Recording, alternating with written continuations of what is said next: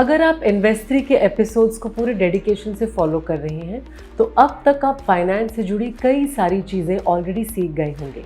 पिछले कुछ एपिसोड्स में हमने फाइनेंस से जुड़े साइकोलॉजिकल और कई प्रैक्टिकल एस्पेक्ट्स भी क्लियर किए हैं। अब हम शुरू करेंगे हमारी एक प्रो इन्वेस्टर बनने की जर्नी। नमस्ते, मैं हूं आपकी होस्ट गीतर्श और आप देख रहे हैं इन्वेस्टरी, हमारा एक ऐसा फाइनेंशियल लिटरेसी शो जो खास बनाया जा रहा है महिलाओं के लिए। हम आगे बढ़ें उससे पहले मेक श्योर आपने हमारे चैनल को सब्सक्राइब किया है और बेल आइकन पर क्लिक किया है so that you never miss any video from us.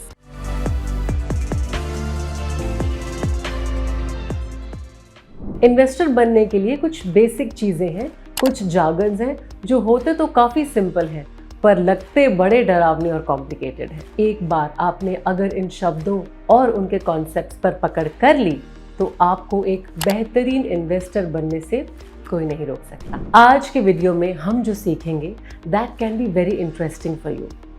Consider this like match making. जैसे शादी करने के लिए सिर्फ प्यार ही काफ़ी नहीं है और भी कई चीज़ें देखनी समझनी पड़ती हैं, वैसे ही किसी भी कंपनी के स्टॉक में इन्वेस्ट करने से पहले उस कंपनी की भी अच्छे से जांच पड़ताल करनी पड़ती है। कंपनीज को एनालिसिस करने के वैसे तो कई तरीके होते हैं, पर आज के वीडियो में चलिए हम 3 एनालिसिस के तरीके समझते हैं। Fundamental analysis. स्टॉक एनालिसिस का सबसे पहले तरीका है फंडामेंटल एनालिसिस। ये एक बेसिक आउटलुक भी है और इन्वेस्टमेंट से पहले रिसर्च करने की टेक्निक भी।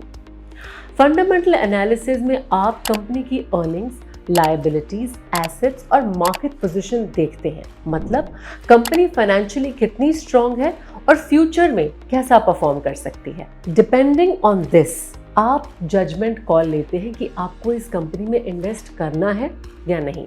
दूसरे नंबर पर आता है टेक्निकल एनालिसिस। अब फंडामेंटली कोई सही लगता है तब रिश्ता आगे बढ़ने की बात होती है। इस स्टेज पर हम सूटेबल मैच के फ्यूचर ग्रोथ प्रोस्पेक्ट्स समझने की कोशिश करते हैं। Is the person going to be in the same direction as you, at the same pace as you. वैसे ही फंडामेंटल एनालिसिस के बाद स्टॉक्स का होता है टेक्निकल एनालिसिस। इसमें हम पास्ट मार्केट डेटा और स्टैटिस्टिक्स का यूज करके प्राइस मूवमेंट्स प्रिडिक्ट करते हैं। चाहे वो मूविंग एवरेज हो या RSI, टेक्निकल टूल्स इन्वेस्टर को टाइमली एंट्री और एग्जिट पॉइंट्स बताते हैं। डोंट वरी, इन सब के बारे में भी इन डेप्थ बात करी जाएगी आने वाले एपिसोड्स में। तीसरा लेकिन उतना ही इम्पोर्टेंट है मैक्रो इकोनॉमिक एनालिसिस। इसमें हम ग्लोबल इवेंट्स और इकोनॉमिक इंडिकेटर्स को स्टडी करते हैं, जैसे कि RBI के इंटरेस्ट रेट डिसीजंस या इंटरनेशनल ट्रेड वॉर्स। ये सब डायरेक्टली मार्केट्स को इन्फ्लुएंस करते हैं। द कंपनी और markets as you are investing in, ये एक्सटर्नल फैक्टर्स के मामले में कितना वल्नरेबल है, कितना वॉलेटाइल है, ये समझना बहुत ही ज़्यादा ज़रूरी है। कई ऐसे ऐप्स हैं, हमारे YouTube चैनल जैसे चैनल्स हैं जो आपको रेगुलरली टाइमली इन खबरों और ट्रेंड्स के बारे में अपडेट करती हैं। So your overall macro analysis is up to date. In the journey of becoming a pro investor, make sure आपको ये 3 तरह के एनालिसिस बहुत अच्छे से आते हैं। Once you start analysing yourself, you develop the acumen over time. Investment में रिस्क तो होता ही है, लेकिन सही स्ट्रैटेजी और एनालिसिस से आप इस रिस्क को मिनिमाइज कर सकते हैं और प्रॉफिट्स को मैक्सिमाइज। आई होप आपको हमारा आज का ये वीडियो हेल्पफुल लगा हो। अगर आपको इन 3 तरह के एनालिसिस से रिलेटेड कोई भी सवाल है तो बेझिझक हमारे कमेंट सेक्शंस में आप पूछ सकते हैं। I will see you in the next episode of Invest3.